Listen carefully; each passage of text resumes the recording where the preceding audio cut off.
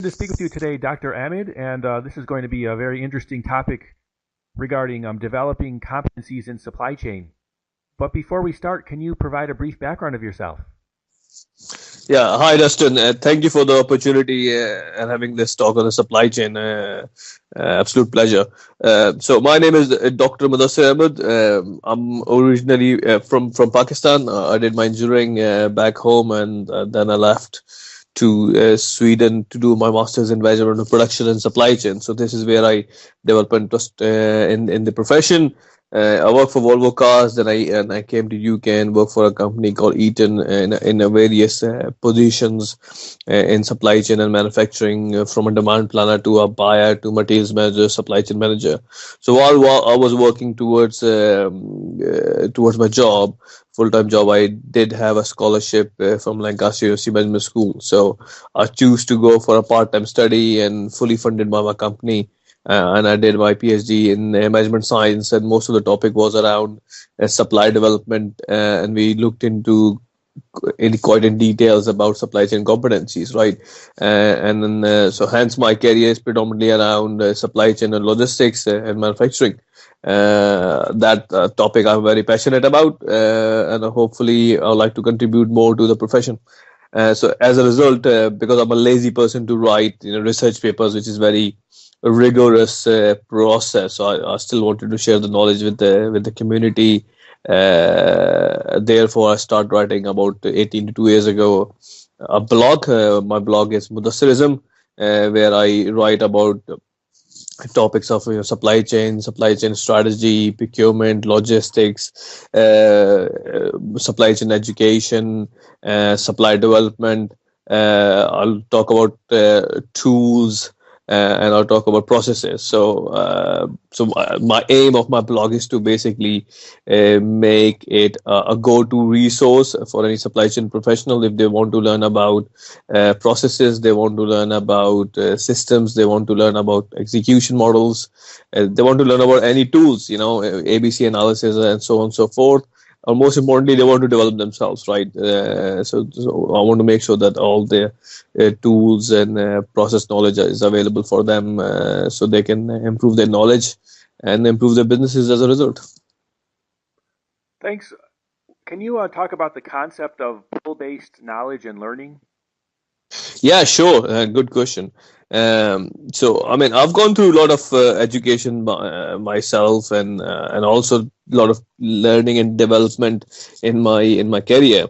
And what I've noticed is and I think this is the way that the whole knowledge and learning has been designed, that you go to the college, you go to university. I mean, you are early career in your life and you don't know what you want to do, but somebody says, okay, go and do supply chain, and you just go and do supply chain in college and spend about, I don't know, $30,000, and then you wish, hopefully we'll get a job. But that's fine. That's fine. But most of the people don't have this luxury to do so, and they started a job, and they somehow end up in the supply chain career, and they just don't have the capacity or the opportunity to get themselves towards a formal education. So this is where I think over the years I realized that a lot of people do learn a lot of competencies in supply chain through a job. So for example, if you take a planner, that person knows about MRP, that person knows about capacities and all that, and that's what they know. But if you challenge them, if they want to develop themselves, they don't exactly know what are the competencies they want to build in, and what towards what they want to learn. So the other option is for them to go and do a certification of Apex and SIPs, and that's cool. If they want to do it, let's do that. But again, that's a long, tedious task, and managing a full-time job and a family and a certification takes a lot out of you. So the concept I'm trying to bring in, if we introduced, or I've actually in my career, what I've done is I'm trying to introduce, I call it supply chain competency self-assessment models. So and it could be procurement, it could be logistics, it could be S&OP for demand planners, it could be inventory management for inventory managers. So if you take supply chain in general, then you have competencies like demand planning, supply scheduling, production planning, master scheduling, shop floor execution, inventory management, so on and so forth. So out of all those topics, some people are good at it. Maybe a planner is good at it in MRP, demand management, capacity management, and inventory management, but maybe not in sourcing or supply scheduling. So that will become a competency gap. So and then what that person would do, do a self-assessment, score himself with by himself or maybe with the managers, and then go and put that into his development plan for next year or whatever the time frame is, and then work towards either go and do an online course or buy a book or maybe a certification to close that gap, and therefore they can become more rounded supply chain professional. So rather than pushing the knowledge towards a person, I call it more pull based learning and development model. So the person is pulling the tools and the knowledge content what he or she needs to develop themselves, if that makes sense. Can you talk a little bit about why this is important?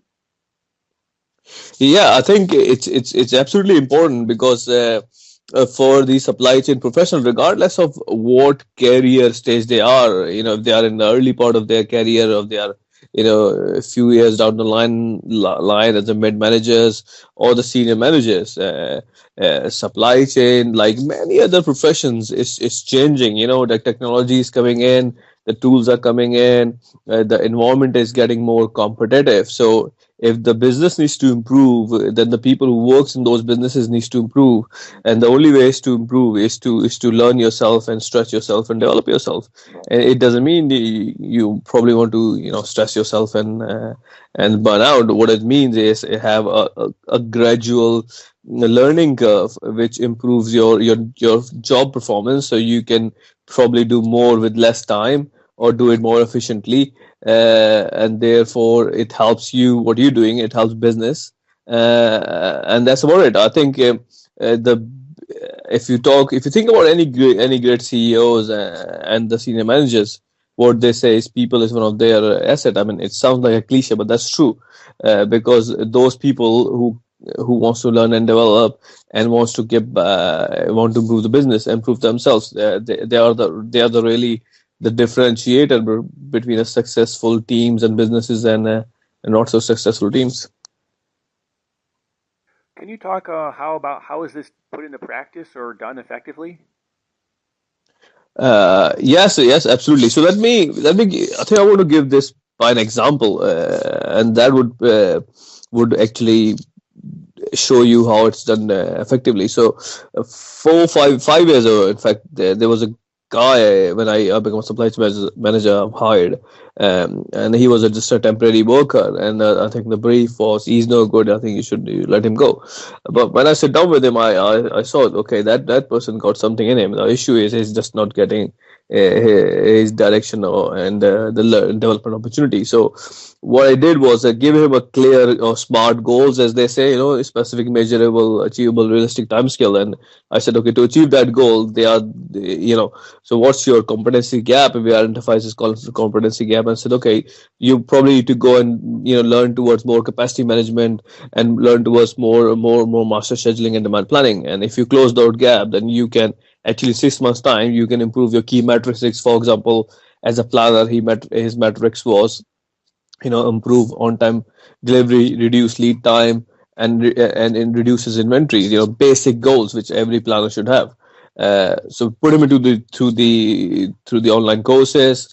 He did his courses. We have every month 1-to-1 sessions, and we gradually you can see it with his he was increasing his knowledge and competencies and applying his knowledge to a real life business situation, and he was every month he was improving his results. So once we worked on his technical competencies, he said, okay, you're showing a lot of potential here. Then we try to develop his more leadership and managerial competencies. So we put him into more like a front again. So if we did his self-assessment, come up with the development plan and put him into leadership frontline leadership program.